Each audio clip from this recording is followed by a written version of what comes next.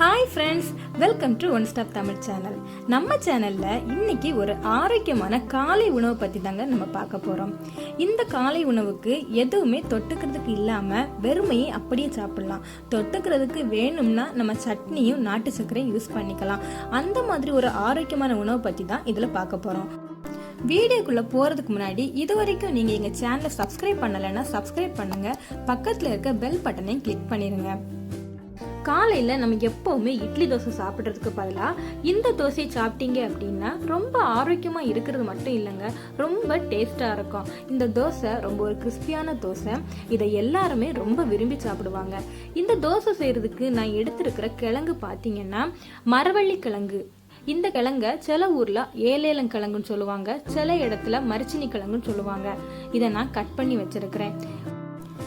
இந்த கிழங்கு நீங்கள் வாங்கும்போது அதில் கருப்பு அல்லது மஞ்சள் கலரில் எதுவுமே இல்லாமல் நல்ல கிழங்கா பார்த்து வாங்கிக்கோங்க.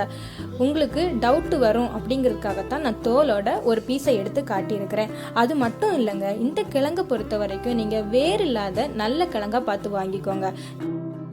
இதுக்கு நைட்டே ஊற வச்ச இட்லி அரிசி அல்லது சாப்பாட்டு அரிசி எது வேணாலும் யூஸ் பண்ணிக்கோங்க. 2 உலக்கு எடுத்துருக்கிறேன்.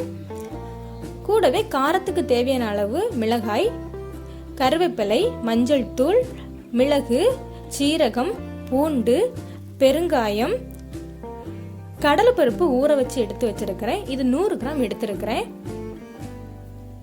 கூடவே நமக்கு உப்பு எந்த அளவுக்கு தேவையோ அந்த அளவுக்கு நம்ம யூஸ் பண்ணிக்கலாம்.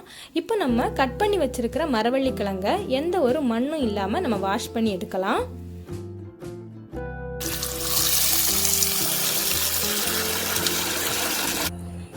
இப்போ எந்த மண்ணுமே இல்லாம நம்ம கட் பண்ணி வச்சிருக்கிற கிழங்க நல்லா வாஷ் பண்ணி எடுத்து வச்சாச்சு. இதை நம்ம அரைச்சி எடுக்க போறோம். கிழங்க சின்ன சின்ன பீஸா போட்டு நீங்க அரைச்சிங்க அப்படின்னா சீக்கிரமே அரைஞ்சிரும். தடிமனான பீஸா போட்டீங்கன்னா அரைக்கிறது கொஞ்சம் கஷ்டமாயிரும். இப்போ நான் அரைச்சி எடுத்துட்டேன். இந்த மாதிரி நீங்க அரைச்சி எடுத்துக்கோங்க.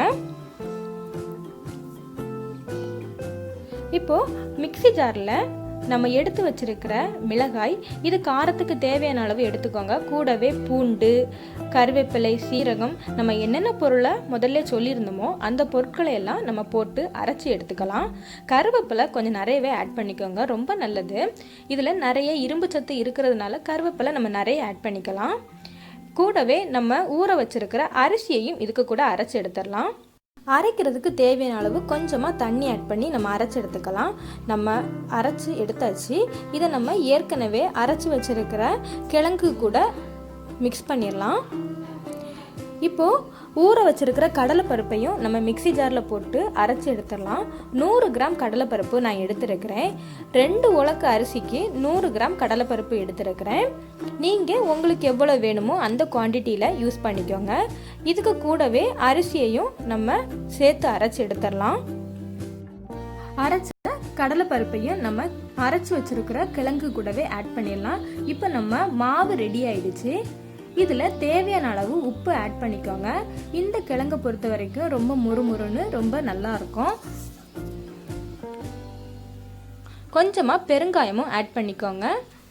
இது டைஜஷன் ப்ராப்ளம் வராமல் தடுக்கிறதுக்காக பெருங்காயம் ஆட் பண்ணியிருக்கோம். இந்த மாவை நல்லா ஒன்றா மிக்ஸ் பண்ணிக்கோங்க. மரவள்ளி கிழங்கு தோசை மாவு ரெடி ஆயிடுச்சு. இப்போ நம்ம தோசை சுடுறதுக்கு அடுப்பில் ஒரு தோசைக்கல்லை வச்சு அந்த கல் ஹீட் ஆனதுமே நல்லெண்ணெய் தடவிக்கோங்க. இந்த தோசைக்கு நல்லெண்ணெய் யூஸ் பண்ணிங்கன்னா ரொம்ப நல்லா இருக்கும். மாவு இந்த பதத்தில் தான் இருக்கணும். ரொம்ப கட்டியாகவும் இருக்கக்கூடாது, ரொம்ப தண்ணியாகவும் இல்லாதபடிக்கு பார்த்துக்கோங்க. இப்போ நம்ம இந்த மாவை விட்டு தோசை விட்டு எடுத்துக்கலாம். இது ரொம்ப கிறிஸ்பியாக இருக்கும், அது நல்ல மணமாகவும் இருக்கும். அது மட்டும் இல்லைங்க, இது ஆரோக்கியமான ஒன்று கூட. இதில் கார்போஹைட்ரேட் மட்டும் இல்லைங்க, இதில் நார்ச்சத்து, புரதச்சத்து எல்லா சத்துக்களுமே இருக்குது.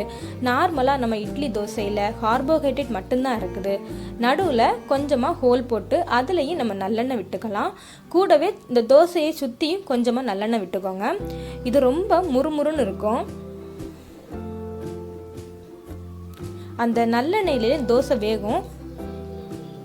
இதை நீங்கள் திருப்பி போட்டு வேக வச்சுக்கலாம். நல்ல 2 பக்கமும் திருப்பி போட்டு முருக விட்டு இந்த தோசையை எடுத்துக்கோங்க. இதுக்கு நீங்கள் எதுவுமே தொட்டுக்க வேணாங்க. இதுலேயே நம்ம காரம் எல்லாமே ஆட் பண்ணியிருக்கோம். அதனால இதுக்கு எதுவுமே தொட்டுக்காமல் நீங்கள் வெறும் தோசையை கூட காலையில் சாப்பிட்டுக்கலாம். வீடியோ பார்த்ததுக்கு ரொம்ப நன்றி.